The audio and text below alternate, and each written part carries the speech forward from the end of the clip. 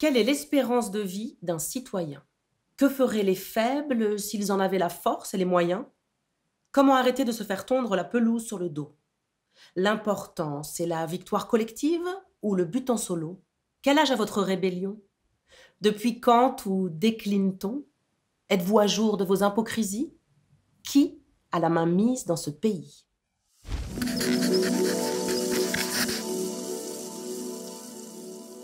Démocratie.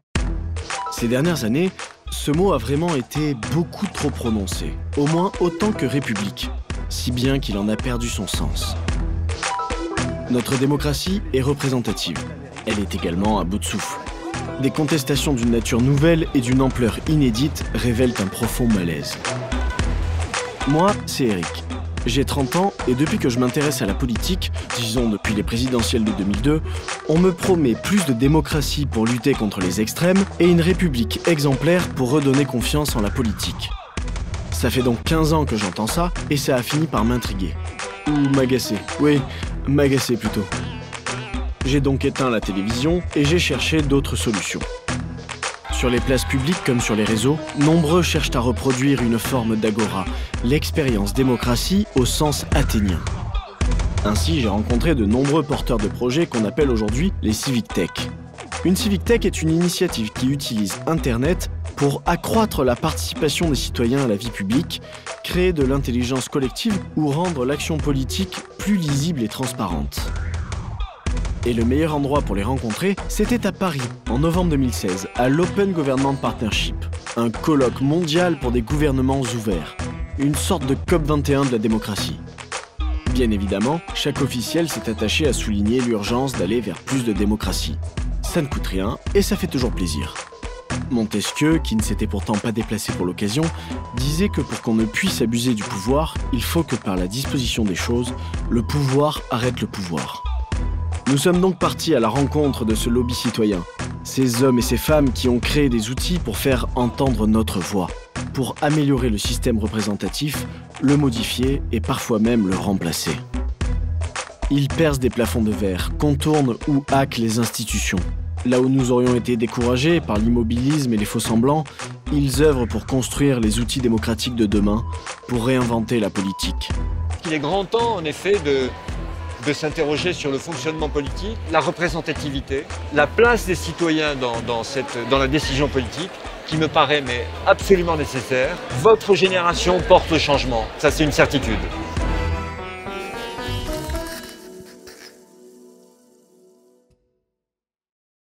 J'ai le blues. J'ai le blues du système représentatif électif, le blues affectif effectif. Je suis total déprimé, je veux m'auto-guillotiner. Je suis complètement fractionné du référendum, parasité du bulbe, capoute, fini, illégitime. Mon système électif est dépassé, je digère plus rien, j'ai des gaz de schiste. Les potes des écoles des élites squattent l'audimat depuis belle lurette dans un ballet façon mercato bonobo footballistique. Le peuple en peut plus, l'électeur en perte de repère se rétracte, se retient, s'autarcise, bref s'en fout. Lassé des frasques incessantes de ces infects incestes qui pervertissent mon bel outil démocratique.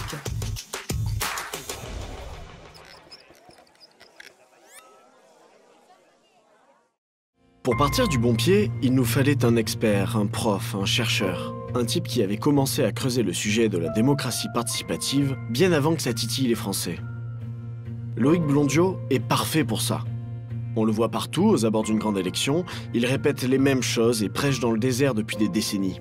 Et même si le désert se fait moins aride ces derniers temps, on a commencé par s'excuser de poser les mêmes questions que tout le monde depuis 30 ans. Oui, en fait, c'est à peu près toujours les mêmes questions qu'on me pose, mais c'est des questions qui sont aussi anciennes que la démocratie. Alors, en fait, c'est est-ce que le citoyen est suffisamment compétent pour participer? Est-ce qu'il a envie de participer? Est-ce qu'il est suffisamment légitime? Est-ce qu'il a suffisamment de temps? En fait, on a toujours finalement les mêmes réflexes quand il s'agit d'étendre le domaine de la démocratie. Mais il y a une chose qui a changé objectivement, c'est que le contexte politique a jamais été aussi sombre, hein, il est presque crépusculaire militaire aujourd'hui. Et là, l'interrogation sur la démocratie, elle devient absolument centrale. La première étymologie du mot représentation, elle renvoie à l'idée de représenter quelque chose qui est absent, qui n'est pas là. Alors on parle de représentation artistique, de représentation théâtrale. Il y a cette idée finalement de matérialiser une absence. Et puis il y a une deuxième étymologie qui est celui qui représente, c'est celui qui parle au nom de quelqu'un d'autre. C'est un sens un peu plus juridique. On dit que les ambassadeurs sont des représentants de leur pays dans un autre pays. Et c'est la fusion des deux qui crée finalement notre notion de représentation politique. Il est communément admis depuis la fin du XVIIIe siècle que la représentation politique se fait via une élection. La majorité, à 50% des suffrages plus une voix, donne la légitimité du pouvoir. Pourtant, les formes démocratiques antérieures à la modernité libérale ne prétendaient pas organiser l'intégralité de la vie politique sur une telle base. En Grèce antique, 90% des responsabilités publiques étaient tirées au sort. Seuls les postes les plus complexes, notamment l'armée et les finances, restaient entre les mains de personnalités élues. Face aux premiers redoutables orateurs de l'Agora, les institutions s'étaient organisées avec méfiance. Elles avaient mis en place des contre-pouvoirs citoyens et des systèmes de mise à l'écart d'hommes politiques trop peu soucieux de l'intérêt collectif. On trouvait donc une grande participation de citoyens tirés au sort et d'importants dispositifs de contrôle de l'action publique. On trouve également chez les Iroquois ou certaines sociétés tribales amérindiennes des systèmes politiques différents. Éprouvant une aversion pour la subordination, ces sociétés se sont construites avec des chefs nommés par les membres de la tribu. Ces chefs n'étaient que des porte-paroles. Ils occupaient une fonction symbolique révocable à tout moment et n'en retiraient que peu de privilèges. À Venise, au Moyen-Âge, les grandes et puissantes familles mirent en place un système de représentation particulièrement complexe. Mêlant différentes chambres, différents types de représentation, comme le tirage au sort, la nomination et l'élection, Venise choisissait ainsi un conclave de 41 personnes. Ce conclave élisait un doge, magistrat suprême au pouvoir limité, avec plus de 25 voix sur 41. Sans cette majorité, il fallait revoter, comme pour l'élection d'un pape. Ainsi, en 1655, Carlo Contarini fut élu doge au terme de 68 scrutins successifs. Ce système politique perdura près de 1000 ans à Venise. Se faire représenter n'est pas une mince affaire, et chacun de ces systèmes politiques avait pour but de protéger les libertés individuelles, d'instaurer une relative égalité entre citoyens et surtout de trouver des représentants légitimes. En France, après 150 ans de démocratie représentative, il semblerait que nous redécouvrions que d'autres formes politiques existent. Le rapport entre représentants et représentés, il a vraiment considérablement évolué au cours des 30 dernières années. Il y avait un type de relation qui était assez largement répandu entre les représentants et les représentés, qui était la délégation de confiance. On avait élu quelqu'un, on lui laissait le faire le job, et puis éventuellement on le réélisait ou pas à la fin, et en même temps on se contentait finalement d'une position de relative passivité. Cette relation de représentation, elle existe encore dans les catégories les plus âgées de la population. Aujourd'hui, ce qui change avec de nouvelles générations, c'est que cette confiance a priori, elle n'existe plus. Maintenant, ce qui s'impose, c'est la défiance. Et il y a une volonté de contrôler ce que fait le représentant. Il y a une volonté de dire son mot dans l'intervalle entre les élections. Et on a des citoyens qui sont à la fois plus distants, de moins en moins indifférents, mais aussi de plus en plus actifs sur les réseaux sociaux, dans des tas de contextes, pour rappeler aux représentants qui les a élus. Il y a des députés qui prennent des claques sur la place du marché parce qu'il y a un citoyen sur un sujet clé, il a des réponses, il a des solutions, il a des idées, et le député lui-même, le représentant, parfois il est un peu chez père à chercher dans sa mémoire deux, trois éléments de langage parce que le mec en face, non, dans son esprit c'est clair. Là où le monde était toujours un monde vertical, la politique, la culture, la science venaient toujours du haut vers le bas. Nous sommes maintenant, par les réseaux et par Internet, rentrer dans un monde qui s'est horizontalisé et où tout à coup les citoyens ont accès à des domaines d'expression et d'action qu'ils ne connaissaient pas à ce point auparavant. Et ça, c'est votre génération déjà qui pilote ça. Et votre génération, elle est confrontée à des questions d'une importance première, quoi. L'environnement, le climat, c'est une question existentielle. L'avenir de l'humanité est engagé là-dedans. Il y a un fait établi mondial de la crise de la démocratie et de la fin du statu quo. Et aujourd'hui, on est vraiment passé un cap où il y a une reconnaissance, même à l'intérieur de l'institution, de l'urgence démocratique. C'est marrant, tu sais, c'est fini l'époque où on demandait aux députés quelle est la solution que vous proposez. Maintenant, c'est les députés qui viennent voir les gens en demandant quelles sont les solutions que vous me proposez. Et je trouve ça génial, enfin, tu as eu un renversement démocratique qui est hyper bon signe. En tant qu'élu, je suis simplement, avec mes collègues, je l'espère, engagé pour être la chambre d'écho de ce qui va se passer là. Pas pour être... Moi, je ne suis pas frappé de la magie. Les élus, sont pas, parce qu'ils sont élus, ne deviennent pas des gens supérieurs. C'est des gens qui doivent être à côté des citoyens, faire avec les citoyens. Il faut inventer une nouvelle relation, une nouvelle légitimité du système de représentation et d'une démocratie qui ne doit pas être la démocratie exclusive de l'urne. Aujourd'hui, on essaye de réinventer des formes de ce que l'on appelait le mandat impératif. Le mandat impératif, c'est finalement l'obligation qui est faite aux représentants de consulter les représentés avant de faire des choix.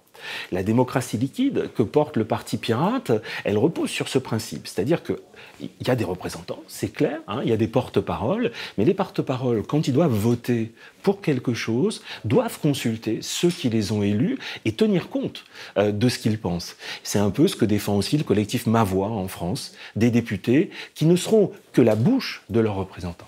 Le sous-commandant Marcos, tu sais, au Mexique, dans la province du Chiapas, a théorisé ça en parlant de gouverner en obéissant. En fait, les vrais maîtres sont ceux qui élisent et les serviteurs sont les représentants. On a eu dans nos démocraties tendance à inverser complètement cette logique. Or, elle est praticable dans le cadre de nos institutions elles-mêmes. C'est-à-dire qu'on peut essayer de rapprocher via des plateformes, via des engagements que pourraient prendre les représentants, de suivre l'avis des représentés. Et je reviens sur cet exemple du collectif Ma Voix.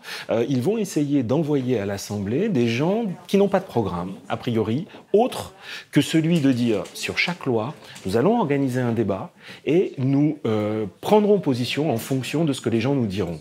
C'est une manière pour eux d'inciter les citoyens à ne plus être passifs, c'est-à-dire à ne plus rentrer chez eux, laissant les représentants faire leur travail dans l'intervalle entre les élections. Ça, c'est un changement complet de mentalité et de culture politique.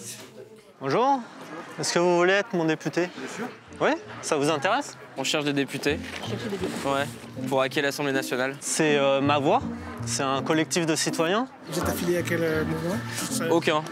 C'est pas du tout un parti politique. On veut remettre de la démocratie dans la démocratie. Ça vous dit pas de gouverner un petit peu? Non? Que vous soyez acteur des lois, en fait. Qu'on arrête de donner les clés. On cherche un député! Un peu jeune encore.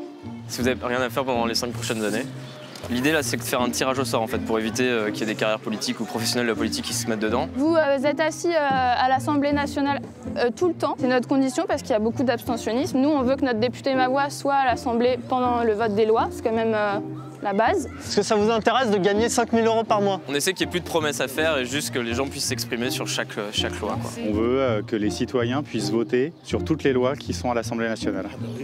Au lieu de voter une fois pour un candidat tous les 5 ans, voilà, vous pourrez voter sur toutes les lois. En fonction de ce que les citoyens et citoyennes auraient eux-mêmes voté sur une plateforme. Ils auraient juste à transmettre le vote. On fait comme un cheval de Troie dans l'Assemblée nationale. Ils sont en train de me dire qu'il faut redonner le pouvoir au peuple. C'est exactement ça. Oh, mais je suis les deux pieds dedans depuis 60 ans. Et bon, maintenant, on pourrait le faire avec le net. On veut faire partout en France, dans toutes les circonscriptions. Ouais. C'est un mouvement citoyen. En gros, on veut tester la démocratie directe. C'est intéressant. Vous seriez prêt à expérimenter une plateforme en ligne comme ça où les citoyens votent? Bah ouais, pourquoi pas. On va arriver à avoir un consensus à un moment donné ou Il n'y a pas forcément besoin de consensus. L'idée, c'est que s'il y a plusieurs députés Ma Voix, donc par exemple, il y a 10 députés Ma Voix, s'il y a 60% des gens qui ont voté oui, il y a 6 députés sur les 10 qui voteront oui. Après, j'ai aussi envie que les gens qui ne soient pas d'accord avec moi, ils puissent s'exprimer en permanence. Il n'y a pas de problème, oui. Ah d'accord, donc je me connecte dessus et je peux voter. C'est ça. Bon si jamais vous voyez un petit carton Ma Voix aux élections législatives, n'hésitez pas. L'idée, c'est d'envoyer des députés à l'Assemblée, là, en juin 2017. Il a écrit quoi ici? Ma Voix. C'est bon, c'est facile à retenir, mavoix.info. C'est important? C'est très important, notre chérie. C'est même capital. Capital, ça veut dire quoi? Ça veut dire que c'est plus que très important. Je suis une petite démocratie banale, moi. poignée de main, un conseil de quartier, le bistrot du coin, un jeune pas encarté, un maire qui en a, la dame du marché. Et pourtant, autour de mes bassins, c'est l'émulation, la grosse marée. Ça frétille dans mes contrées, en France et à l'étranger. J'influence, je suis capitale, je lais mon fauteuil en rotin à la mairie du coin. J'inspire, je fédère, je me déhanche, je me démène dans tous mes territoires. C'est bientôt mon heure de gloire. Et mes débats musclés en place publique, tu les aimes mes débats? Et mes ébats dans mes bassins, tu les aimes mes ébats?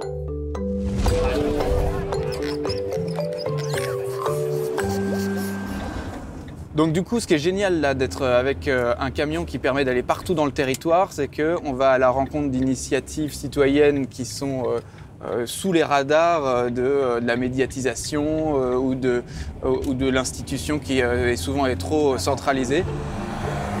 On entend souvent deux choses difficilement contestables sur le renouveau de la démocratie. La première, c'est que le numérique change la manière de faire de la politique. La seconde, c'est que le renouveau a déjà commencé au niveau local.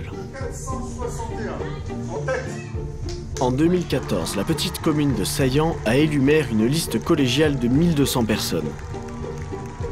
Des villes comme Grenoble, Nantes ou Mulhouse mettent la participation des citoyens au cœur de leur politique publique. Et Paris propose aux Parisiens de décider de l'utilisation de 5% du budget d'investissement annuel. En fait, il deviendra bientôt difficile pour un maire ou une région d'assumer une vision pour son territoire sans la co-construire avec les habitants. Armelle Lecause connaît bien ces problématiques et a créé le programme Territoire hautement citoyen. Une cure de démocratie et de citoyenneté en ligne et sur le terrain à suivre pour votre ville, votre département ou votre région. Ici, la région Centre-Val de Loire a été convaincue par la nécessité de suivre ce programme.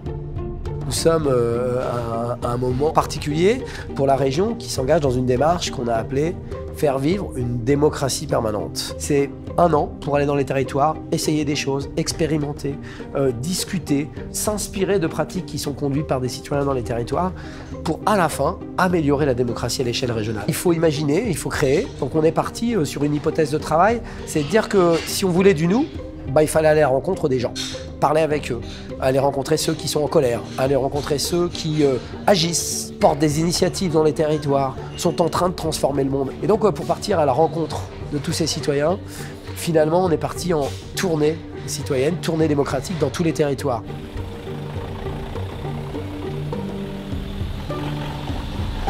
Toutes les idées sont bonnes pour faire avancer la démocratie dans nos territoires, pour qu'elle soit inclusive, pour qu'elle porte aussi notre capacité à faire face aux défis devant lesquels nous sommes. Et on est convaincu qu'on n'y répondra pas tout seul, que les élus ne sont pas touchés par la grâce magique et qu'ils n'ont pas eux tout seuls les solutions, ils les auront avec vous. On passe 4 jours entiers dans chaque département et à chaque fois on a une journée entière dans un bassin de vie. Donc du matin 8h au soir 22, 23h, voire même la nuit parce qu'on va dormir chez les citoyens. C'est quand même beaucoup plus simple d'associer des citoyens à des dossiers qui les concernent directement. Et surtout, c'est beaucoup plus simple de créer de la confiance à cette échelle. C'est-à-dire qu'en fait, quand tous les gens se connaissent, peuvent apprendre finalement à travailler ensemble, c'est beaucoup plus simple que quand ils le font à distance. Il est sûr que les mairies aujourd'hui sont très en avance sur beaucoup de dossiers par rapport aux pouvoirs nationaux. La politique, elle est partout. Donc souvent, on a l'impression que la politique, c'est dans le conseil régional, c'est à l'Assemblée nationale, c'est le président de la République, c'est les ministres. Non, la politique, elle est partout, elle est dans nos choix quotidiens. Si jamais je choisis de manger tel aliment plutôt que tel aliment, je fais un choix qui est en soi politique. Si jamais je choisis de vivre dans telle maison, de rénover mon habitat, de circuler et de me déplacer dans tel type de véhicule, je fais un choix qui est politique. Et donc, les gens qui disent la politique c'est de la merde ou la politique ils sont tous pourris, moi c'est ça que je leur réponds, c'est de leur dire mais arrêtez, en fait vos choix sont politiques et surtout vos non-choix sont politiques. On a construit la vie d'un personnage fictif qui s'appelle Gauthier Louisette. Le but du jeu, c'est de voir quand dans une journée aussi remplie, et comment et de quelle manière on peut s'impliquer pour la démocratie dans notre territoire. Moi j'ai mis un fléchage sur le matin pour la garde des enfants, trajet, gestion, tout ça, comment il peut prendre part à tout ça. Ok, donc si j'essaye de résumer et de traduire, conseil accompagnement sur la pause café pendant le boulot. Sans que ça soit, sans que ça soit formalisé. Ok, donc on apporte l'aspect intergénérationnel et le sport qui est un vecteur de citoyenneté. Les idées qu'il peut avoir, en tout cas, il les envoie donc, à sa mairie, à ses élus. Via une application, via son smartphone. Voilà. Okay. C'est un peu une première, et c'est une voie qu'on peut explorer ensemble, que d'aller en immersion totale dans les territoires, que d'aller du matin au soir rencontrer les gens, que d'aller dans tous les endroits où sont les gens, y compris dans leur circulation du quotidien. On a été dans le tram, poser des questions aux gens, faire voter les gens dans le tram.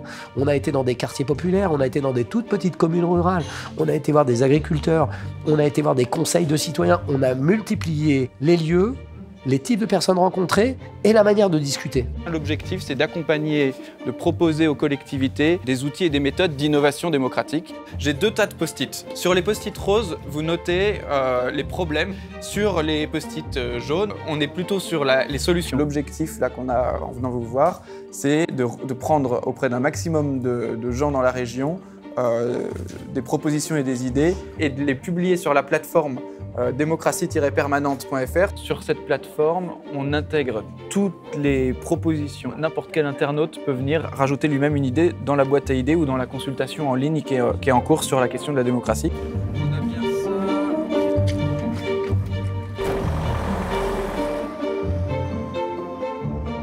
Ça a été une matinée très enrichissante. J'ai pu rencontrer des personnes de mon bassin de vie que je ne connaissais absolument pas. Je conseille fortement à tout le monde de participer. C'est un moment qui est très convivial, qui est enrichissant aussi bien collectivement que personnellement. Je trouve intéressant les débats, les rencontres où on peut parler de thèmes et d'autres. Les personnes sont vraiment motivées. On sent que voilà, il y a un nouvel élan qui se lance.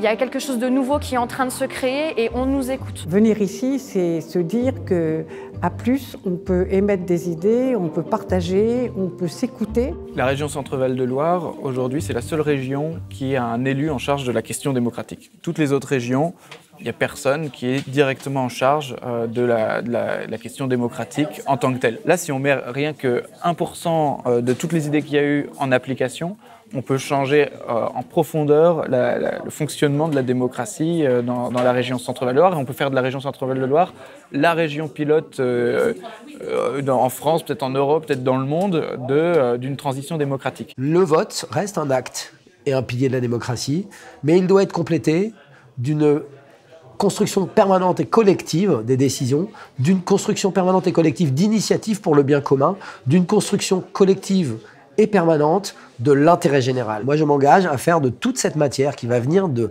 1 an de tournée dans les territoires, des propositions concrètes pour améliorer la démocratie en région Centre-Val de Loire. Finalement, la démocratie ne se porte pas si mal au niveau local. Toutefois, la France n'est pas vraiment en avance par rapport à ses voisins. Et il semblerait que plus de démocratie, de participation et de transparence aillent de toute manière dans le sens de l'histoire. On peut aussi se dire que l'histoire part un peu dans tous les sens. Et en ce qui concerne les dérives autoritaires et le repli nationaliste, la France, là, n'est en retard sur personne. Bref, revenons à notre démocratie locale. Le temps presse. En creusant le sujet, on s'aperçoit que s'il est aisé d'entamer une discussion démocratique au niveau local, il est également toujours complexe de définir un périmètre de participation.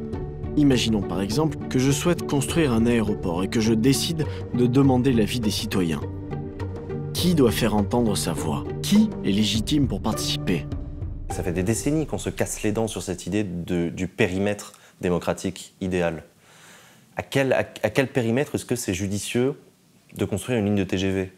Est-ce que c'est au niveau national? Est-ce que c'est au niveau régional? Est-ce que c'est au niveau de chacun des départements qui est traversé par la ligne de TGV? Ou est-ce que c'est au niveau de chacune des communes que la ligne de TGV traverse? Mais c'est une vraie question en fait, c'est une question fondamentale. Et effectivement, au moment de Notre-Dame-des-Landes, on a vu que la question du périmètre sur lequel on pose la question êtes-vous pour ou contre est extrêmement importante. Dans beaucoup de concertations, il y a un déséquilibre qui se crée, c'est-à-dire que ceux qui sont contre les projets sont beaucoup plus souvent mobilisés que ceux qui pourraient en profiter. Hein. On le voit sur les lignes à très haute tension. Ceux qui pourraient bénéficier de ces équipements ne sont jamais amenés à prendre la parole parce qu'ils ne viennent pas spontanément et en plus on ne leur donne pas puisqu'on organise des réunions sur place. Donc il y a un vrai problème de déséquilibre, d'échelle. Toi, par exemple, à titre personnel, tu peux être pour l'aéroport Notre-Dame-des-Landes parce que tu trouves globalement que les pauvres types qui habitent dans le centre-ville de Nantes, qui voient les avions qui passent toute la journée au-dessus de la ville, finalement c'est peut-être pas mal si l'aéroport il est à 30 bornes, c'est peut-être mieux pour eux. Donc à titre personnel, tu trouves que c'est plutôt... Mais en fait, tu as une maison de campagne à 7 km de l'aéroport et en fait, tu n'as pas du tout envie d'avoir ta maison. Parce que chez toi, dans ta maison de campagne, tu n'as pas envie de... Donc tu es favorable globalement à des projets, mais quand ça te concerne vraiment directement, en fait, tu n'es pas du tout favorable. Et cette dimension géographique, elle est super difficile à choper en concertation. C'est ce qu'on appelle le paradoxe de la déchetterie. On a tous besoin de déchetterie, c'est nécessaire, mais personne n'en veut au bout de son jardin. C'est extrême, c'est probablement plus compliqué de construire une déchetterie que n'importe quoi en France. Les centrales nucléaires, les prisons, c'est le même problème. Très très compliqué de construire une prison aujourd'hui. Tu peux être certain qu'au niveau de la démocratie locale, tu vas générer de l'opposition très forte, évidemment. Donc la question du périmètre se pose à chaque fois, en fait. Identifier, avant que le projet se fasse, quelles vont être les attentes, les incompréhensions, les blocages des uns et des autres, et se donner la possibilité de construire. Mais aussi avec la possibilité qu'au bout du processus, on arrive à un résultat qui est de dire que, manifestement, il vaudrait mieux ne pas faire le projet. Mais je pense que c'est aussi ça la difficulté et l'enjeu pour des décideurs de pouvoir comprendre qu'aujourd'hui, il y a des projets qu'ils vont désirer vouloir faire et auxquels ils devront renoncer. Parce que les populations n'en veulent pas. Nous y voilà. La démocratie participative, c'est swag. Les élus kiffent, tout le monde adore. Mais que se passe-t-il lorsque les citoyens disent non ? Lors du référendum sur la Constitution européenne en 2005, nos dirigeants n'ont pas respecté l'avis des Français. Ce fut une catastrophe pour la confiance nécessaire que doivent entretenir citoyens et élus. Mon ennemi, c'est la finance, ma femme bosse pour moi, mon cul, c'est du poulet. Les exemples de trahison en politique sont légion. Alors, pourquoi participer à la vie de la cité si le coup de poignard n'est jamais loin ? Et soit l'institution et le conseil régional réussissent à en faire quelque chose, il réussit à changer son propre rapport aux citoyens, sa propre manière d'intégrer le citoyen dans la construction de sa politique publique, soit il va être timide et il ne va pas changer les choses en profondeur. Si tu considères que les bonnes décisions sont celles qui te conviennent à toi, dis pas que tu veux faire de la démocratie alors. Ce que tu veux, c'est faire comme les autres. C'est que tu veux remplacer une élite par une autre que tu incarnerais toi parce que tu sais mieux que les autres. Quand tu viens dans un processus de participation, tu as le droit d'avoir des convictions, une vision, etc. Mais si tu es dans une démarche de démocratie, tu vas devoir entendre, accepter le point de vue des autres et peut-être même t'y soumettre s'il ne va pas dans le sens du tien. Aujourd'hui, on est dans un fonctionnement qui reste assez pyramidal dans les institutions. C'est ça qu'on essaye de changer. Mais en gros, si le président de la région ou le directeur général des services de la région décide de bloquer, de freiner ou de tout mettre à la poubelle, ils en ont le pouvoir. Et donc aujourd'hui, c'est eux qu'il faut convaincre. Ils sont déjà suffisamment convaincus pour avoir mis de l'argent public sur cette question de la démocratie. C'est rare. Donc il faut déjà voir le courage qu'a eu la région Centre-Val de Loire de faire ça. Mais il faut qu'ils transforment l'essai jusqu'au bout. En fait, les élus qui se prennent encore pour le général vont peu à peu être poussés vers la sortie. La France de papa, c'est terminé. La démocratie représentative devra peu à peu s'obliger à prendre en compte l'avis des citoyens et rendre ses prises de décision plus transparentes. Plus encore, elle devra nous donner les moyens de contrôler l'action publique et graver cela dans le marbre de la Constitution. On voit que la diversité des participants était quand même, en termes de nombre de personnes, il y avait des gens d'un peu partout. C'est ça qui est quand même assez intéressant. Il y a un enthousiasme. C'est même plus qu'un enthousiasme, mais les gens ils repartent tous méga happy. Allez, c'est parti.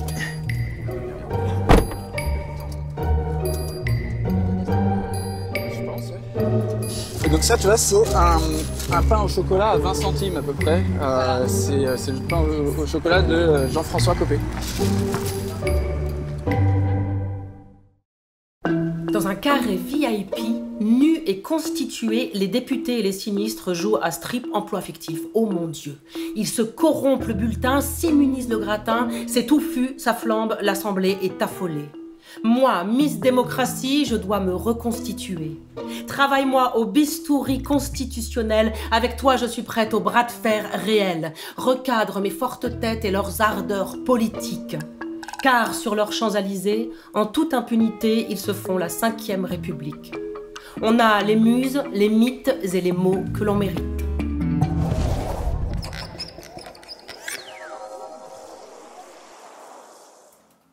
Quelles sont les démarches pour imposer une 6e République? Quelles sont les démarches? C'est marrant comme question. Bah écoute, il faut que tu retires un dossier en préfecture, que tu dis bonjour, tu dis à l'accueil bonjour madame, je souhaiterais créer une 6e République, elle va donner un fascicule à remplir. Voilà, c'est ça les démarches. Ouais, non, il faut changer la Constitution, mon gars. Pour changer la Constitution, tu connais comme moi le principe. Hein. Il faut soit un référendum, soit le Congrès. Alors une Constitution, c'est évidemment quelque chose d'absolument capital. Il y a partout une Constitution et il est essentiel que ce soit un texte d'une nature spécifique, c'est-à-dire qui s'impose à l'action des gouvernants ici et maintenant. Pourquoi ? Parce que le texte constitutionnel, il détermine 2 choses.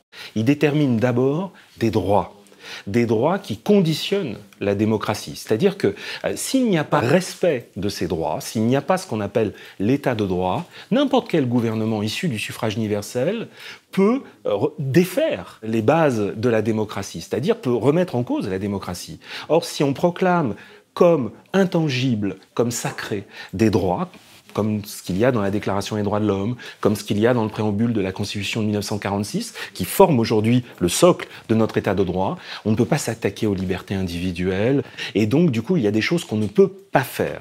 Donc, la Constitution, elle détermine finalement la survie de nos libertés. Ça, c'est la première valeur de ce texte. Puis la deuxième fonction de ce texte, c'est que ça aménage les différents pouvoirs, ça organise leurs relations, et ça aussi c'est important. Une constitution, c'est toujours le fruit d'un paradigme politique à un moment donné.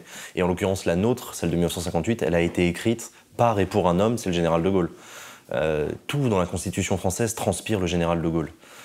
C'est la manière qu'il avait d'envisager le pouvoir. Et donc, c'est une constitution qui donne énormément de pouvoir à l'exécutif par rapport au législatif, qui donne beaucoup de pouvoir au président de la République, qui en fait quasiment ce qu'on appelle un monarque républicain, qui a un pouvoir complètement démesuré, parce que ça a été taillé pour le costume du général. Le degré de défiance, aujourd'hui, des citoyens à l'égard de leurs institutions et de leurs représentants oblige finalement à revenir sur l'essentiel, c'est-à-dire en fait à faire en sorte que les citoyens soient associés à l'élaboration d'un texte capital qui les concerne tous, pour qu'ils retrouvent une place dans le processus politique. La Constitution de la Ve République ne prononce quasiment jamais le mot citoyen. La notion de citoyenneté qui est en train d'être réhabilitée est totalement absente de notre texte constituant. Pareil pour environnement. Le moment de l'écriture de la Constitution, c'est un moment où on est amené à se penser soi-même comme nation, hein, comme peuple, à essayer de définir ce qu'est la volonté commune qui nous unit, le destin commun qui nous unit. Donc le moment constituant, c'est un moment capital pour refonder la légitimité de l'ordre politique. Or aujourd'hui, ça manque, et il me semble que si on doit réécrire la Constitution, ça ne peut pas être qu'une assemblée élue, tout simplement. Il faut que ce soit un processus participatif qui associe les citoyens sous différentes formes, mais qui les réimplique dans le processus politique. Pour moi, c'est capital. Et aujourd'hui, à l'heure de la révolution numérique, à l'heure de la révolution démocratique, participative, etc., notre Constitution est totalement has-been. Elle est complètement silencieuse sur des pans entiers de ce que devraient être les priorités aujourd'hui d'une Constitution dans l'organisation de la consultation du peuple, de ce mode de fonctionnement-là. La Constitution ne prévoit que 2 articles dans lesquels on consulte le peuple.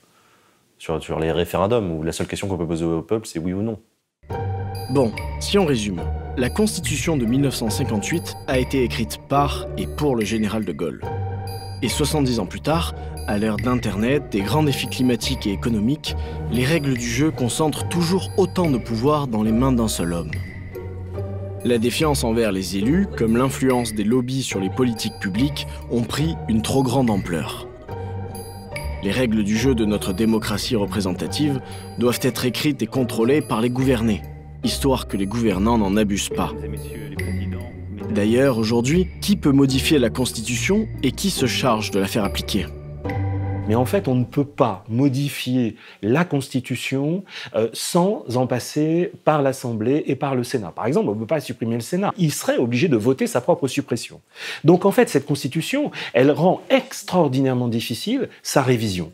Quant au changement pur et simple de Constitution, quant au passage à la VIe République, il n'est rendu possible que par la possibilité qu'offre une élection importante, comme l'élection présidentielle, de bousculer la Constitution à travers un mécanisme qui s'appelle l'article 11, qui permet d'organiser un référendum qui demande aux citoyens s'ils sont prêts à changer de Constitution et qui leur donne un petit peu les clés du processus. Il n'est pas sûr que ça marche, parce que le Conseil constitutionnel peut dire son mot là-dessus. Le Conseil constitutionnel, donc, il est composé de 9 personnes qui sont en place pour 9 ans, qui sont nommés par 3 tiers, un tiers nommé par le président de la République, un tiers nommé par le président de l'Assemblée nationale et un tiers nommé par le président du Sénat. Donc le cordon ombilical avec le pouvoir politique, il n'est pas rompu. Le problème de notre Conseil constitutionnel, c'est qu'il est en partie composé d'anciens acteurs politiques, auxquels il faut ajouter les anciens présidents de la République. Donc des gens, finalement, qui ne sont pas forcément des juristes, qui ne sont pas forcément autonomes dans leur manière de penser. Aujourd'hui, en ce moment, il y a Laurent Fabius, Lionel Jospin au Conseil constitutionnel. Bon, donc il y a des gens qui effectivement ont un passé politique et peuvent avoir, et c'est ce que craignent ceux qui s'opposent à ce qu'on appelle le gouvernement des juges, ils ont peur que les jugements du Conseil constitutionnel soient politiques dans leur fondement. C'est un risque. Le Conseil constitutionnel veille à ce qu'aucune décision politique ne viole la Constitution. C'est le garant de son application, son rôle est capital. En Allemagne, par exemple, le tribunal constitutionnel de Karlsruhe n'est composé que de juristes de formation, a priori sans idéologie politique. Aujourd'hui en France, sur les 10 membres qui composent notre Conseil constitutionnel, au moins 5 ne sont pas juristes de formation, mais des professionnels de la politique. Loin de nous l'idée de supposer ces membres malhonnêtes, mais de nos jours, le Conseil a pris une nouvelle dimension. En effet, il est sans arrêt consulté sur la constitutionnalité de nos lois. Il a donc recours à des aides extérieures appelées portes étroites. Rédigées par des constitutionnalistes, des juristes, mais aussi parfois des parlementaires et des lobbyistes, ces portes étroites influencent forcément les décisions du Conseil et manquent encore de transparence. Par exemple, lorsque le Conseil a eu à juger si la taxation à 75% des plus riches était compatible avec la Constitution, la Ligue de football professionnel a payé une porte étroite qui a été transmise au Conseil. Sur la seule loi renseignement, le Conseil a reçu 21 portes étroites comme autant de tentatives d'influer sur une décision juridique de la plus haute importance. En fait, les abus de pouvoir viennent rarement d'hommes politiques mal intentionnés. Ce sont plutôt les failles des institutions, le manque de transparence et des pouvoirs mal séparés qui conduisent à des situations antidémocratiques. Les philosophes des Lumières au XVIIIe siècle qui ont commencé à réfléchir aux notions de liberté et d'égalité voulaient lutter contre le despotisme. Il y a notamment un philosophe qui s'appelle Montesquieu qui a théorisé ce qu'on appelle l'équilibre des pouvoirs, où le pouvoir arrête le pouvoir, c'est comme ça qu'il disait ça. Et il expliquait que on constate que dans toutes les sociétés humaines, dès l'instant où les pouvoirs exécutifs, législatifs et judiciaires, ou ne serait-ce que 2 de ces pouvoirs-là, sont concentrés entre les mains d'un seul homme ou d'un seul organe, alors cet homme ou cet organe a tendance à en abuser. Et donc il a théorisé l'idée qu'il fallait séparer les pouvoirs des uns des autres pour leur permettre de s'équilibrer. Un des drames de la période actuelle, c'est qu'effectivement, la séparation des pouvoirs, elle n'est pas évidente. On a finalement une assemblée qui a perdu totalement son autonomie par rapport à l'exécutif. Mais c'est à peu près la même chose dans tous les pays. Le Premier ministre, le Président de la République, dans tous les pays, ont pris l'ascendant sur les autres pouvoirs. Donc cet équilibre entre le législatif et l'exécutif, il est un peu rompu. Mais il y a une chose essentielle.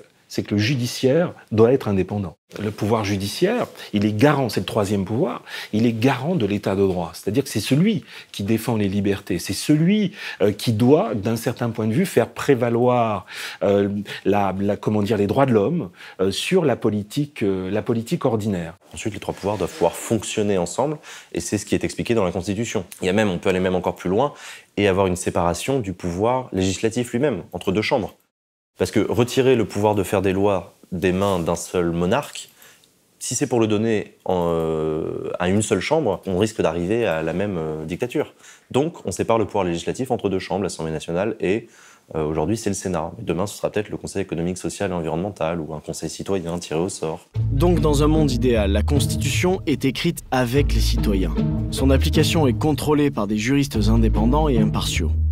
Cette nouvelle Constitution définit comment les gouvernés acceptent de déléguer leur pouvoir à des représentants et sépare les pouvoirs exécutifs, législatifs et judiciaires de manière à ce qu'aucun ne prenne le pas sur les deux autres. Elle donne enfin une place aux citoyens qui est amené à contrôler et à participer à la vie publique à d'autres moments que lors d'une élection ou d'un référendum. Voilà. Et comme tout ça n'est pas pour demain, finissons sur un dicton africain. On ne va pas demander à des poissons de voter des crédits pour acheter des hameçons. Ça s'applique extrêmement bien à la démocratie. À un moment donné, quel que soit l'élu en face, de toute façon, si on veut transformer les choses, si on veut que les citoyens prennent leur place, eh bien, il faut qu'ils aillent la chercher. Il ne faut pas attendre qu'on te donne les choses. En politique, il faut ne pas avoir peur du rapport de force, ne pas avoir peur du conflit et aller s'inscrire dans des logiques où on participe, on collabore, mais sur une logique d'égalité. Et il faut gagner son statut de partenaire. Et donc, il faut s'inscrire dans des rapports de force. Je suis l'intelligence collective, le pouvoir de savoir, je suis ta force vive. Je suis celle qui remonte les débats des bouches d'en bas jusqu'aux oreilles des réseaux d'en haut ou vice-versa. Je suis le programme décrypté pour le citoyen, le croisement d'informations, le nouveau moyen, l'application qui aide à défricher. Je suis l'aiguille dans la botte de foin. Dans mes Civic Tech, je décrypte la rhétorique politique. Viens te renseigner, te perdre et t'informer. Sans le savoir qui te grise, sans le pouvoir de ta connaissance grise, viens donc ici que je te technocratise.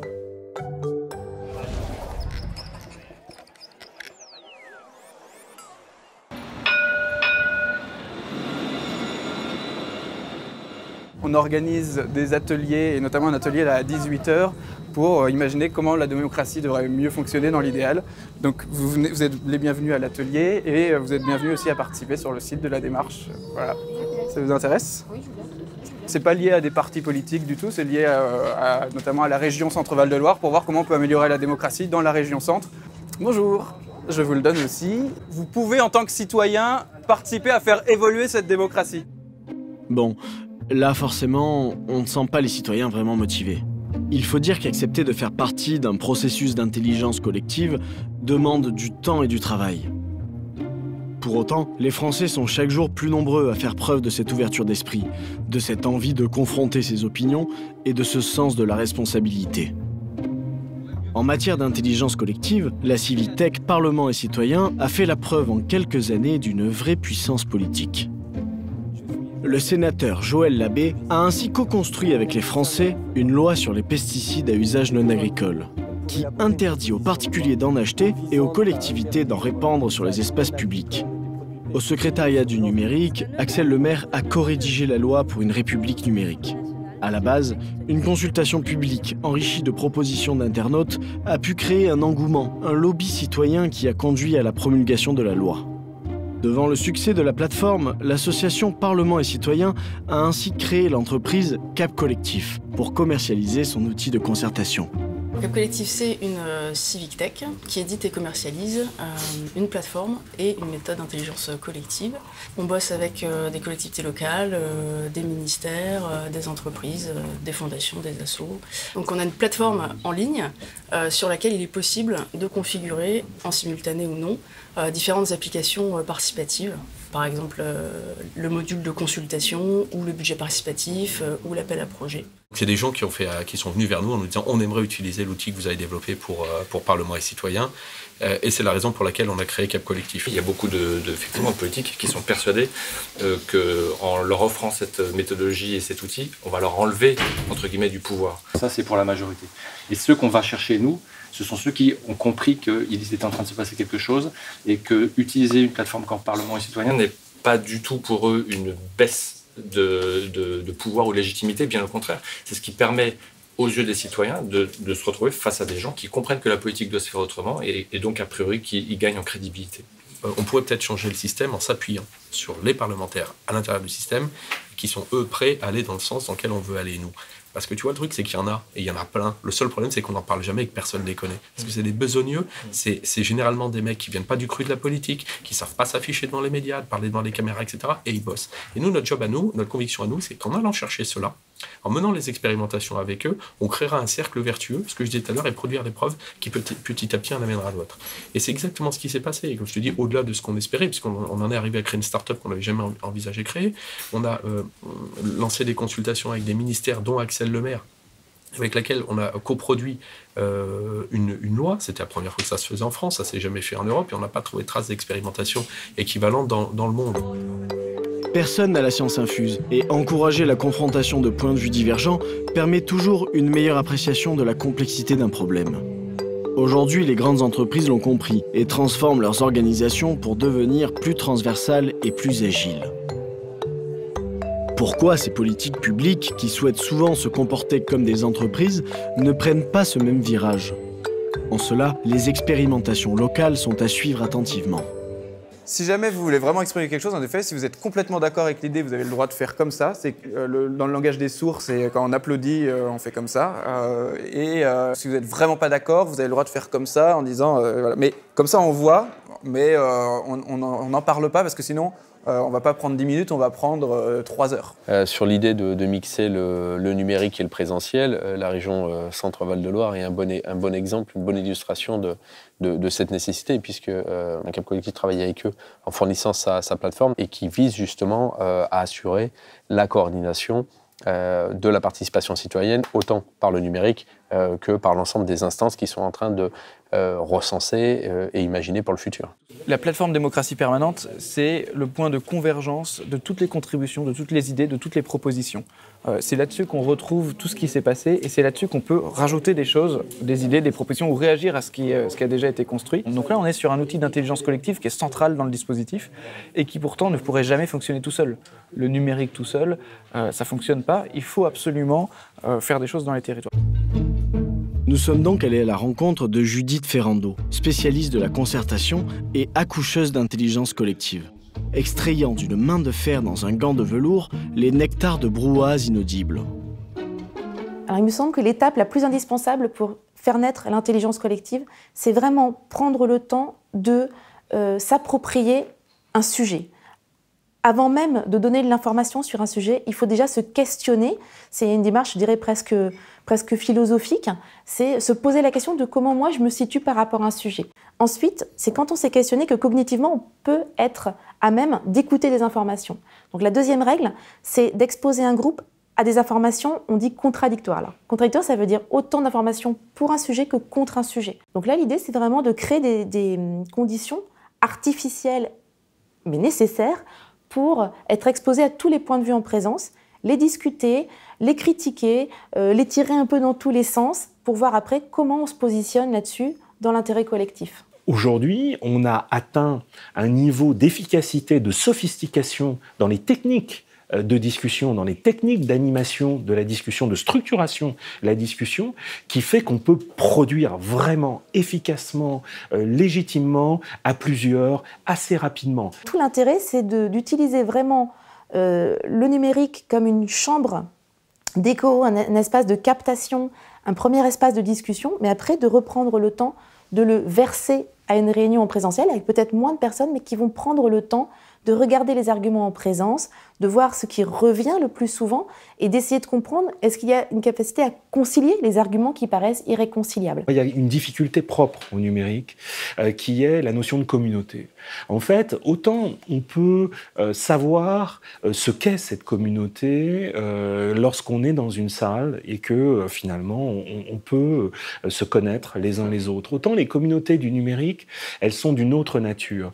Elles ne se sont jamais véritablement totalement représentées comme telles. La place de l'individu est forcément toujours beaucoup plus forte que dans les assemblées où finalement on contracte une forme de dette à l'égard des autres. Tu ne peux pas faire objectivement du débat contradictoire sur Internet. Tu as besoin de réunir les gens et tu as besoin de les réunir au même moment. Ça ne peut pas être comme sur un forum, des matchs de ping-pong où les gens ils vont les uns derrière les autres. Non, il faut les mettre dans une pièce, il faut prendre le temps de produire les argumentaires, de faire venir éventuellement des experts qui défendent des positions contradictoires et d'organiser la prise de parole pour s'assurer d'une écoute respective de la position de chacun. Et ça, tu peux le faire que quand tu réunis les gens.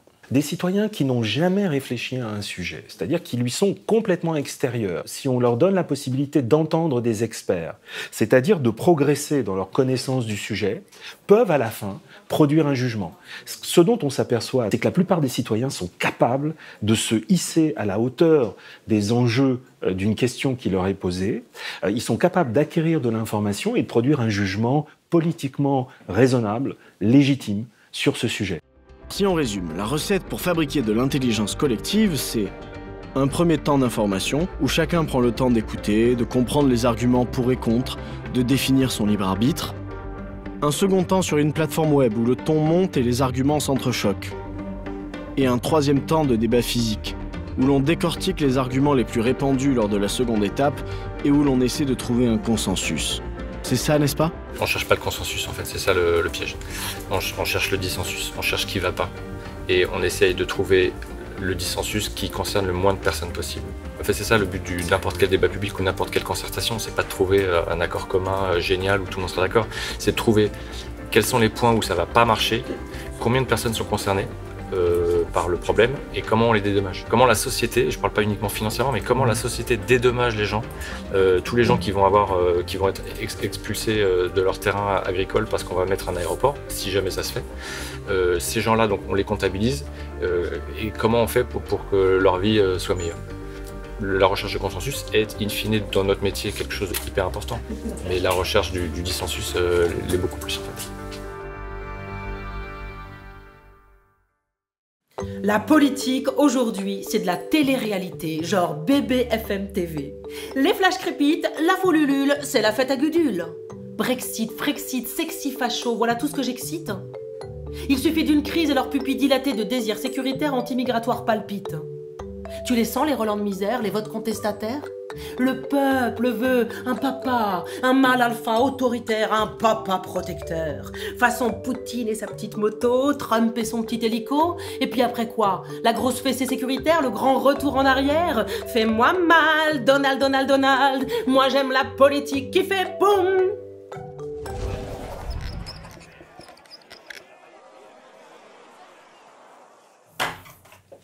Bonjour, bienvenue chez Acropolis, venez entrer.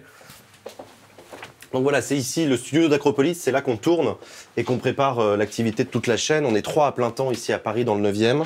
Il y a Sylvain qui est au niveau de la régie directe qui s'occupe de préparer les assets pour le tournage de l'émission. On est en direct dans 17 minutes, donc il va falloir qu'on se dépêche un petit peu.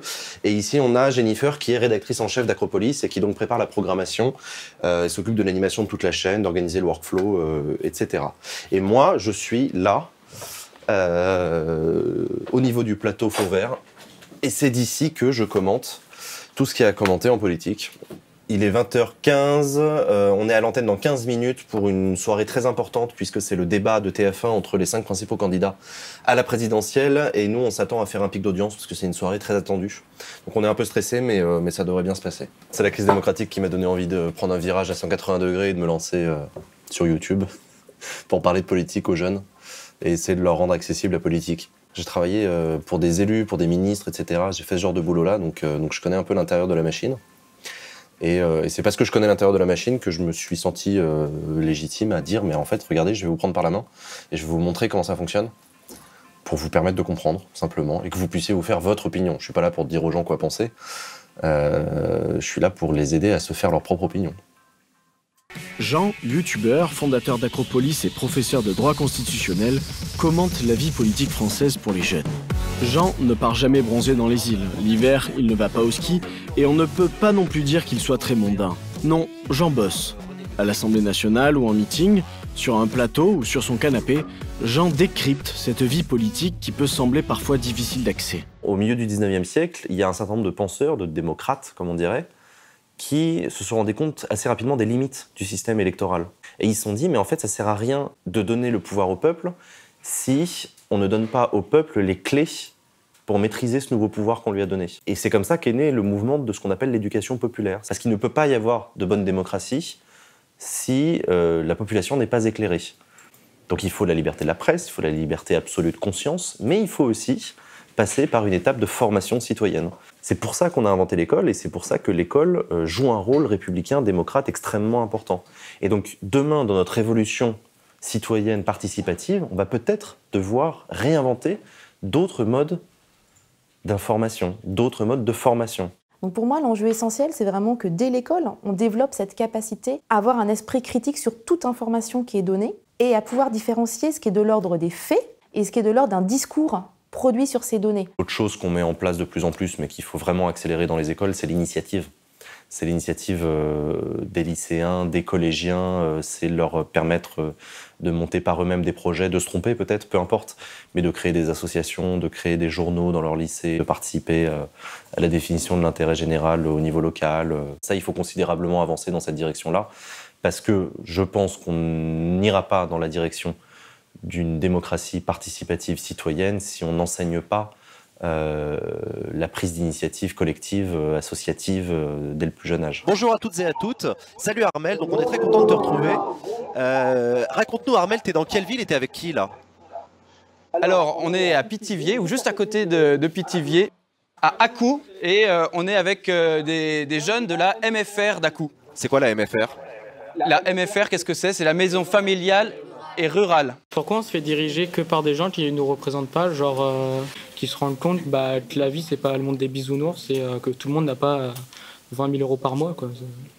Ils n'ont pas non plus 20 000 euros par mois, mais ils ont beaucoup plus d'argent que la moyenne, oui, ça c'est vrai. On a discuté avec des lycéens qui nous ont dit, mais en fait, il faut qu'on ait dans nos lycées des agoras, des lieux dédiés dans lesquels on puisse faire vraiment vivre une démocratie dans le lycée où on débatte de sujets, etc. Et donc, le fait d'incarner la démocratie par un lieu à l'intérieur des lycées, ça, c'est une idée qui me semble super intéressante pour former le citoyen de demain et lui apprendre à débattre, à délibérer, à avoir des avis contradictoires. Tu vois, il y a Enzo qui est bénévole dans une association, il y a Chloé qui est déléguée de classe, il y a Charles Fournier qui est élu dans une collectivité. Et ben, les trois, à leur manière, ils agissent pour l'intérêt général, dans des rôles différents, mais ils agissent pour l'intérêt général. Dans un sens, t'as pas tort. Genre. Dans un sens seulement, bah, tant mieux. On va aller dans ce sens-là alors. 1515 Marignan. Mais c'est quoi Marignan? Beaucoup d'entre nous ont eu à apprendre au cours de leur scolarité quelques dates comme celle-ci, bêtement, par cœur. Aujourd'hui, le savoir contenu dans nos smartphones ne suffit pas. Il faut aussi connaître et digérer l'information pour la mettre en perspective, affûter son sens critique et développer son libre arbitre face au tohu-bohu quotidien. Être citoyen, c'est se forger une opinion et la confronter régulièrement à celui de l'autre, pour s'éduquer au doute, à la curiosité et à l'ouverture d'esprit.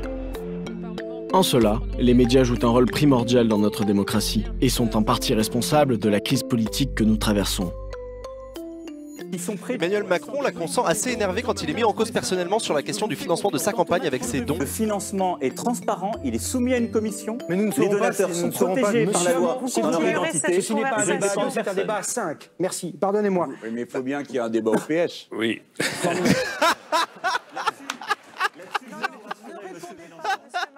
Si j'y étais, j'aurais été à la primaire.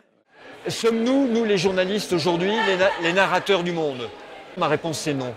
Voilà. Et comment faire en sorte que les médias reviennent dans le monde réel, dans les questions qui sont celles qui, pour de bon, nous concernent, la hiérarchie des importances. Dans la hiérarchie des importances, est-ce que c'est de savoir si Fillon a une chance à la présidentielle? Ou est-ce que c'est quelles seront les conséquences des 32 km de banquise qui sont en train de se séparer dans l'Antarctique, qui vont dériver? La banquise, c'est de l'eau douce. L'eau douce dans l'eau de mer, elle modifie le degré de salinité. Or, c'est le degré de salinité qui conditionne le fonctionnement du Gulf Stream. Si le Gulf Stream s'arrête, en 3 mois, pas en 2000 ans, en 3 mois, à Londres, c'est le climat de la Sibérie, avec les conséquences économiques, politiques, sociales, sanitaires que vous imaginez. Ça, c'est une vraie question. Elle est racontée où? Il ne s'agit pas d'être anxiogène. Il s'agit de dire, voilà le monde dans lequel nous vivons. Non, on continue de savoir si Sarkozy a de la peine ou si Fillon a une chance. Je suis navré, ce sont des questions secondes. Beaucoup se demandent, le monde va changer. Non, le monde a déjà changé. Et on ne sait pas raconter à quel point il a déjà changé. Florent est le fondateur de Le Dranche, un journal de débat qui cherche à titiller notre mauvaise foi, notre indécrottable confiance en nous. Regardons par exemple cet article sur la suppression du droit du sol. Je consulte le contexte, qu'est-ce que le droit du sol, d'où vient-il et pourquoi c'est un sujet d'actualité. Ensuite, je donne mon avis avant de lire les arguments des contradicteurs. Et pour le coup, je n'ai pas d'avis. À présent, je consulte les arguments pour et les arguments contre, rédigés par des spécialistes. À cette étape, je réalise une montée en compétences me permettant de mettre en perspective des avis divergents. Je fais évoluer ma posture naturelle et me forge ma propre opinion. Le site ledranche.fr comme Acropolis ou Vox.org sont des civic tech dont le travail principal est de nous aider à devenir des citoyens avertis. Sans étiquette politique, sans actionnaires aux intérêts multiples, ces médias grossissent chaque jour et deviennent peu à peu des acteurs de la vie politique. Aujourd'hui, les médias et la démocratie sont des milieux qui sont extrêmement liés l'un à l'autre et qu'effectivement, si on veut changer l'un, sans changer l'autre, ça ne fonctionnera pas, peu importe lequel d'ailleurs. La concentration des grands organes de presse et des grands médias entre les mains d'un certain nombre d'oligarques un peu partout dans le monde produit des effets, c'est-à-dire menace d'un certain point de vue le pluralisme démocratique. Il y a certaines entités du groupe Bolloré, comme Havas Media, qui passent des contrats avec des États, et notamment des contrats d'image avec des États comme le Tchad, comme la Russie. Ça pose beaucoup de questions, ça. On se rend compte que ce soit par exemple dans les Panama Papers, on n'a pas mentionné une seule fois le nom de Drahi dans BFM TV et les médias appartenant à Drahi, alors qu'il avait 5 sociétés au Panama. Il y a comme ça, il y a des inclusions. L'affaire Dassault a très peu été traitée dans Le Figaro. Il y a beaucoup d'exemples comme ça qui se multiplient, qui montrent que il n'y a pas une indépendance complète, et oui, tout le monde est libre aujourd'hui de lancer un média, de dire ce qu'on veut sur Internet, heureusement. Simplement, l'audience aujourd'hui, elle reste encore majoritairement captée par ces grands médias qui sont, eux, de moins en moins indépendants. Et aujourd'hui, je pense qu'il y a une vraie éducation des médias à avoir, qui n'est pas forcément faite. Je prends un exemple, par exemple, qui me fait souvent marrer. Mes grands-parents, par exemple, ont découvert Internet assez tardivement. Ils se sont mis, en fait, à 75 ans, à transférer les chaînes de mails qu'on s'envoyait quand on était au collège, des chaînes de spam qui sont politiques, souvent un peu extrêmes, ou en disant « Regardez, on nous a menti parce que… » etc. Et moi, je me rappelle ma grand-mère me dire « non, mais je connais très bien l'ami qui me l'a envoyé. » Donc, elle m'a jamais raconté de mensonges de toute sa vie. Et du coup, il y a un vrai boulot d'œil critique, de faire le tri, parce que les codes changent très vite. Ils ont changé très vite, mais ils vont continuer à changer. Et aujourd'hui, il y a beaucoup de gens qui sont pas armés en fait pour faire ce tri-là. Vous le connaissez? Oui, je le connais. C'est dingue, à chaque fois qu'on a un débat télé sur les questions de temps de travail, c'est une putain de cacophonie, on n'entend plus rien. Alors tout à l'heure, sur le nucléaire, ils arrivaient à parler, sur l'éducation pareil, sur les institutions aussi. C'est ouf. Ce qui manque dans notre fonctionnement démocratique actuel, c'est d'avoir des espaces tiers, des tiers-lieux où les gens puissent confronter leurs opinions, discuter leurs intérêts et forger leurs convictions. Et une fois qu'ils ont forgé leurs convictions dans ces espaces, pourquoi pas entre eux, avec des gens qui leur ressemblent dans un premier temps, ils peuvent ensuite venir participer au débat public de manière plus instruite, plus construite. C'est là où c'est très important de lire, c'est là où c'est très important de rencontrer des gens, et de rencontrer des gens qui ne sont pas d'accord, et de discuter. Quand effectivement on n'a pas les arguments pour juger de ce que quelqu'un nous dit, faire des recherches pour pouvoir se construire sa propre opinion. Et ça, c'est un des enjeux clés de la démocratie. Les débats politiques, c'est chiant. De toute façon, c'est des vieux en costard qui parlent sérieusement de sujets sérieux. Donc, si tu veux, partant de là, t'es perdant, c'est chiant. L'autre truc, c'est que c'est compliqué la politique. C'est des sujets de fond, c'est des sujets sociaux, économiques, etc. C'est des sujets qui sont un peu difficiles d'accès quand t'as pas un minimum de clés de compréhension. Développer son libre arbitre sur des sujets complexes, c'est long, c'est compliqué et ça demande un travail sur soi, de réflexion, du rapport qu'on entretient avec le monde qui nous entoure. Et ça, c'est un travail qui est chiant à mener. L'école doit jouer un rôle, les médias doivent jouer un rôle, les corps intermédiaires, les associations, les syndicats, les organisations doivent jouer un rôle. Moi, je suis persuadé qu'à un moment donné, en démocratie, on n'arrivera pas forcément à s'entendre. Si tu te bases sur le fait qu'il n'y a que l'entente qui serait démocratique, tu vas exclure tout un certain nombre de sujets sur lesquels on n'arrivera pas à se mettre d'accord. Peut-être certaines inégalités qui profitent à certains, ça peut être le nucléaire, ça peut être la construction d'un nouvel aéroport, tout ce que vous voulez. Et bien, à un moment donné, il faut plutôt faire de la place au rapport de force, à la négociation, et ça va permettre de faire changer les choses. On a, avec les réseaux sociaux et le phénomène des bulles de filtre, des phénomènes de conformisme d'opinion et de polarisation de l'opinion qui sont évidemment très dangereuses. La dissonance cognitive, on n'aime pas penser deux choses différentes dans sa tête. Et donc, on va toujours vers la source de discours qui est la plus proche de la nôtre. Ça, c'est un mécanisme qui a été amplifié par les algorithmes des réseaux sociaux. Et en plus de ça, je pense qu'en France, on aime bien avoir une opinion sur tout. Ça nous valorise, ça fait partie de l'identité. C'est-à-dire qu'on se définit en fait par ses opinions. Et c'est pour ça qu'on a extrêmement de mal aussi à remettre en cause ou simplement à accepter de se dire je peux changer d'opinion parce que c'est ce qui nous définit. Notons que les médias, les réseaux sociaux, Internet entretiennent aujourd'hui la résistance, la contre-démocratie, la critique. Et ça, c'est extrêmement profitable à la démocratie. Merci à tous et à tous, gros bisous, bonne fin de journée, jingle, générique, fin d'émission, ciao. Ouais, tout le monde est bénévole sur le projet actuellement, personne ne gagne d'argent, ouais, on est tous sur nos chômages respectifs. Et on cherche à trouver un modèle économique avec la difficulté qui est que on touche pas de subventions malgré le fait qu'on fait un travail d'intérêt général. Et tu l'as vu ce soir avec les retours qu'on a sur le chat, quoi. Les gens, ils étaient plus de 60% à dire que sans nous, ils n'auraient pas regardé ce débat. Ah mais c'est déjà un média alternatif. On est la première chaîne parlementaire chez les moins de 65 ans aujourd'hui. En termes de nombre de vues, etc. On parvient à toucher un public que les télévisions ne parviennent pas à toucher sur des sujets qu'on est les seuls à traiter. Donc le média existe déjà. Après, effectivement, moi, je fais un stream par jour, je présente une émission comme celle d'aujourd'hui par jour. C'est déjà le maximum de ce que je peux faire et c'est déjà surhumain comme nombre d'énergie que je dépense. À terme, moi, je rêve de couvrir au moins 10 heures par jour de stream, d'émissions différentes. On parlera d'économie, d'environnement, de citoyenneté, de local, d'international, des streams sur des parlements étrangers, sur le Parlement européen, sur des parlements locaux en France, des conseils municipaux, régionaux, départementaux. Moi, je vais être la chaîne de toutes les citoyennetés. Et pour faire ça, on a besoin d'avoir une équipe pléthorique, d'avoir une vraie régie professionnelle, un truc qui tourne 24 heures sur 24, des rediffusions, un modèle économique, etc. Donc, ouais. Mais on y arrivera. Évidemment qu'on y arrivera. Citoyens, indignés, indigents, concernés, concertés, consternés, engagés, enragés, envoûtés, tire-moi au sort l'élu de ton cœur, je veux plus être en cumulé de mandats. Marre des consensus mous, je veux du dur, de l'engagement, une société civile qui me fait péter l'urne, qui prend les devants. Moi, Miss Démocratie, le passé, je m'en tamponne le suffrage universel. Prends-moi le scrutin. Tels des pantins, nus et désarmés, minorité si peu risible que nous sommes, lassés de nos frustres processus électoraux, un jour nous pourfendrons la foule sous les huées et les cris, enfin lucides, debout le jour ou la nuit, pour clamer haut et fort le renouveau démocratie.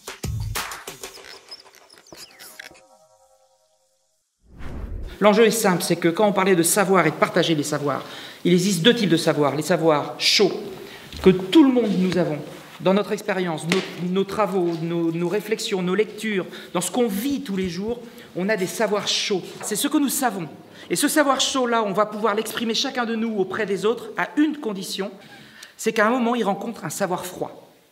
Et la rencontre de ce savoir froid qu'est la lecture, un grand écrivain qui a écrit quelque chose, un penseur, un sociologue, peu importe, qui ont dit quelque chose, qui ont établi des faits, qui ont étudié quelque chose et qui ressortent des choses. On sait plein de choses sur nos sociétés, sur notre mode de vie, sur nos fonctionnements. Quand un savoir chaud rencontre le savoir froid, ça explose. Et c'est là qu'on peut faire émerger, en effet, des réalités qui peuvent être comprises par tous. Et quand chacun de nous, on fait cet effort-là sur nos savoirs chauds, de faire rencontrer un savoir froid, Je pense que la vraie démocratie peut exister à partir de cette condition-là. Il faut retrouver le sens de l'intérêt général. C'est là l'urgence absolue. C'est compliqué, il faut faire des pas de côté, il faut accepter tous de moins s'écouter, soit d'écouter plus les autres, de fabriquer, de se dire qu'on n'a pas raison tout le temps, qu'on n'a peut-être pas raison maintenant, qu'on aura peut-être raison à un autre moment, que les autres disent des choses intelligentes. Il faut entendre les peurs, les colères, y compris les rejets, même quand ça nous heurte dans nos valeurs. Depuis 2008 et la campagne d'Obama, on voit progressivement comme ça se développer des outils qui favorisent la participation des citoyens. Et là, on est à un tournant où on commence à avoir un certain nombre d'initiatives qui sont de plus en plus matures et qui, maintenant, arrivent à proposer une grande variété de services pour tenter de réorganiser la démocratie. Je mixerai des modalités de démocratie représentative et de démocratie directe. Et j'introduirai le système des référendums d'initiative populaire. Réfléchir à une gouvernance, on peut dire, qui marche, ce n'est pas une option, c'est une nécessité. Et comme je le disais tout à l'heure, pour moi, elle doit d'abord marcher à l'échelle locale, puis régionale, puis nationale, puis continentale, puis à l'échelle de la planète. L'enjeu des enjeux, ce n'est pas la lutte contre la famine et la pauvreté, ni l'éducation, le changement climatique ou le terrorisme. Ce n'est pas non plus la création monétaire, le taux de chômage ou l'Internet libre. Non, l'enjeu, c'est notre capacité à élaborer de nouvelles manières de nous organiser collectivement pour résoudre tous ces problèmes. L'enjeu des enjeux, c'est la démocratie. Nous devons exiger une démocratie où des pouvoirs étanches et transparents s'équilibrent, où nous autres citoyens occupons un poids politique, constituons un contre-pouvoir. Pour cela, en attendant que l'idée germe, que les institutions s'écrivent en ce sens, nous devons investir les espaces qui existent déjà et faire entendre notre voix. En plus des initiatives que nous avons rencontrées, il en existe beaucoup d'autres. Avec près de 146 000 participants, la primaire.org a élu une candidate citoyenne pour les présidentielles. Malheureusement, elle n'a pas obtenu les 500 signatures nécessaires pour se présenter, mais dans 5 ans, qui sait ? Make.org ou Change.org sont des plateformes de lobby citoyen où des voix se rejoignent pour se faire entendre. Assemble permet de mobiliser le plus grand nombre autour d'un enjeu clé et de co-construire des solutions en 2 mois. Démocratie OS ou l'application Stig permettent de prendre des décisions de manière transparente et collective. Vox.org, présent dans 19 pays, compare les programmes des candidats lors d'élections. Open Datasoft collecte les données de nos territoires et les met à disposition des citoyens pour qu'ils les transforment en informations intelligibles ou en applications utiles. L'ouverture des données publiques est également un pilier fondamental d'une démocratie transparente. Regard citoyen, questionnez vos élus, questionnez vos candidats, politiseurs ou Flucity mettent en lumière l'activité de nos élus pour nous permettre d'échanger avec eux. Sénat citoyen souhaite remplacer le Sénat actuel par une chambre de citoyens tirée au sort. Kawa rassemble les outils pour réussir l'organisation de rencontres dans la vie réelle. Oui, car si ces civic techs sont une formidable opportunité de recréer du lien, de débattre et d'échanger, la démocratie doit avant tout se confronter au réel. C'est au niveau local, dans nos conseils de quartier, nos associations, nos syndicats, partout où se construit le vivre ensemble, que nous pouvons reprendre la main sur notre organisation politique. Mes solutions, elles sont en fait assez simples. Elles sont difficiles mais simples. C'est de mettre les citoyens au charbon en fait. Signer une pétition, manifester dans la rue, c'est bien, mais c'est 1% du chemin. Moi, je veux que les citoyens, ils aillent faire des contre-propositions. Je veux que les citoyens, ils déposent des projets de loi concrets, écrits, prêts, des trucs limite prêts à voter, tu vois. Et là, tu as un poids qui est génial. Politiquement, tu montres qu'être citoyen, c'est pas juste glisser un bulletin dans l'urne et manifester une fois tous les 2 ans, tu vois. Non, non, non, être citoyen, c'est aussi mais faire la loi, quoi. Bosser, faire la loi, évaluer les politiques publiques, contrôler le gouvernement. Voilà, pour moi, c'est ça la solution.